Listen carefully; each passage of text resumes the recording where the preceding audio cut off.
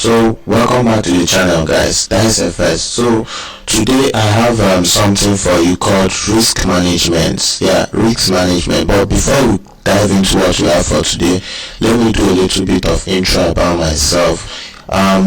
Guys, this is my YouTube channel. So what do I do on this YouTube channel? On this YouTube channel, you can simply go over to Dice FS Academy.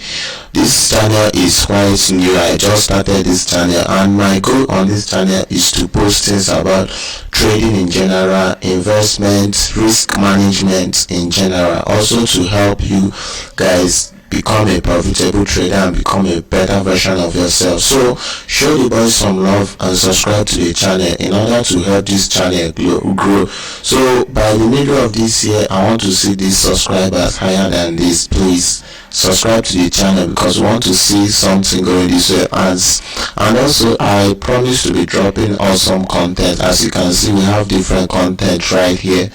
This is what I have right here for now. This is what I have, so I'll be dropping more videos for you guys. So please subscribe to the channel. So with that being said, let's go back to what we have for today: risk management. So when you hear about risk management in forex, what comes to your mind?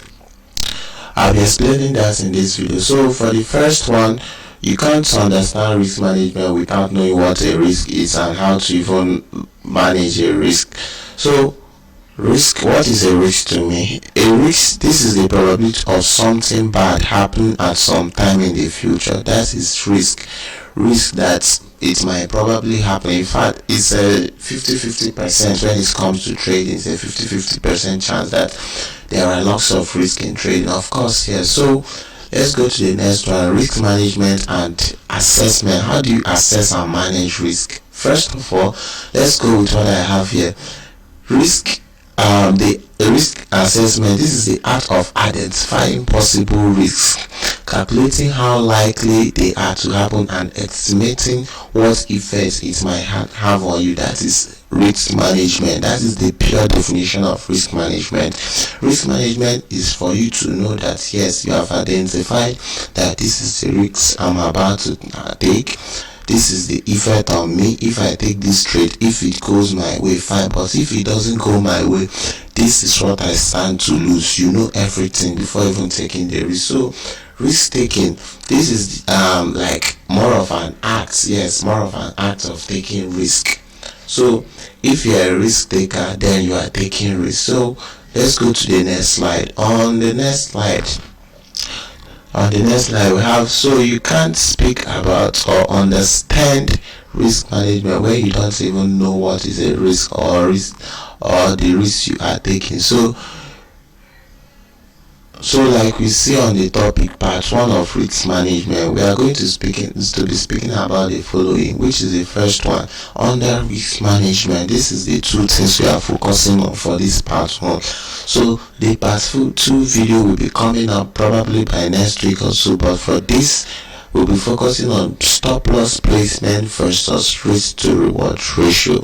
But before we get into it, I would like you to do something. And what is it? Please get a pen and a paper. Watch, listen, and learn. Please watch, listen, and learn. So let's jump into it. Stop loss, and stop loss placement. Now, stop loss is more of an essential important part of trading, which is without stop loss in trading, most people might not survive, because stop loss is there to do a lot of work for us. But now let's go into detailed information about stop loss. So what is a stop loss? A stop loss is a point of setup invalidation. Listen, a stop loss is a point of setup invalidation. A stop loss prove your analysis long. Of course, this is what you should understand. Each time trade hits your stop loss, just know that you are wrong. Don't try to argue with the market. Once your stop loss is correctly placed, then once the market hits your stop loss, then just know that you are wrong. Although I understand that at times you might see markets manipulating like stop hunts and all those things, but on a neutral ground, a stop loss is meant to tell you that, yeah, hey, Mr. Man, you are wrong on this analysis. Probably you are looking for an opportunity to buy to the upside, but boom, you got taken out by your stop loss, meaning that it might weak you out or all those kind of stuff. But stop loss should make your analysis prove wrong. So uses of stop loss, we have three main reasons of using stop loss. Three main reasons, which are: one, stop loss are used to protect your profits. Example, when you are in a trade, you can use, with the help of stop loss, you can trail your stop loss to protect your profits. So even if when trade comes back to this to go against you, then it might close you out of profits. You made a little instead of making nothing. So number two, like I said, stop loss invalidates your stop loss. Stop loss invalidates your setup.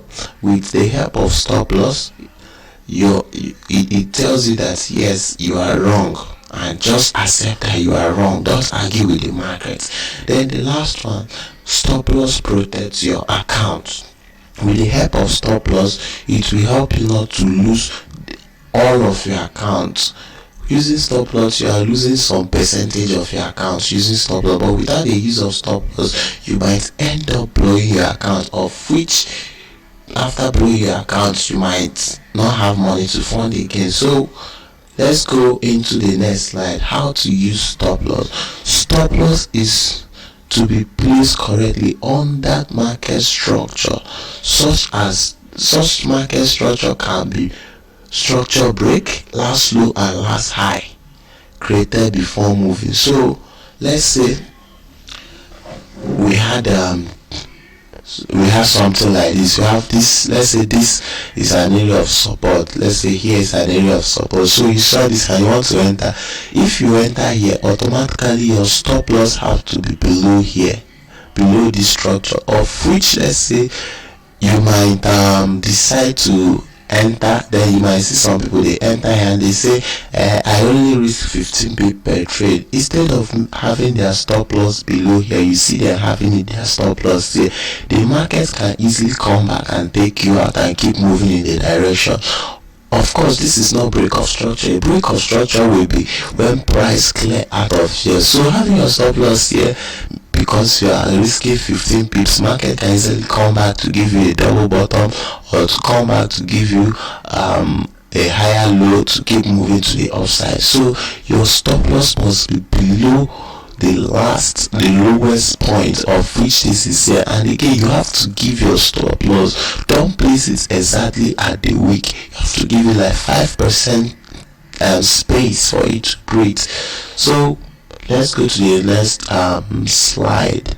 On the sixth point, like I said, your stop loss should be above or below the last low or high. In this case, this is the highest point here, so you give it 5%. This is your entry point, this is your stop loss, this is the last high price created for you before dropping. So that is it for stop loss statement. So this is what you have to know. You have to give 5% space after the last low or high. This is what I mean by it. If this is the last area, this is the candlestick here, you have to give it space. Don't just place it directly to the candlestick, because the market can weak you out. It can come with a wick and take you out before going in your direction, which can be also seen as kind of stop hunts, all those kind of stuff. But to avoid it, give it like 5% space, so that anything that makes the price to hit you at then, you know that it might be a rejection to the upside instead of going to the downside. Okay, so with that being said, let's go to the next slide, of which, remember I said on this risk management video we are going to be discussing only two topics, which are your stop loss and your risk to reward. So we are done for the stop loss. This is the risk reward. Every trader is meant to have a positive risk to reward ratio, as it is the key thing to know when it comes to portfolio balancing. Do you understand what I mean? When it comes to balancing your portfolio, your trading accounts, you need a positive risk to reward as a trader. Now let's check this out. So what is risk to reward? Now, risk to reward, this is listen very carefully. this is the difference between the distance. Remember, distance is put in is highlighted there. This is the distance between your entering to your stop loss and your entering to your target. So let me show you example of what I mean.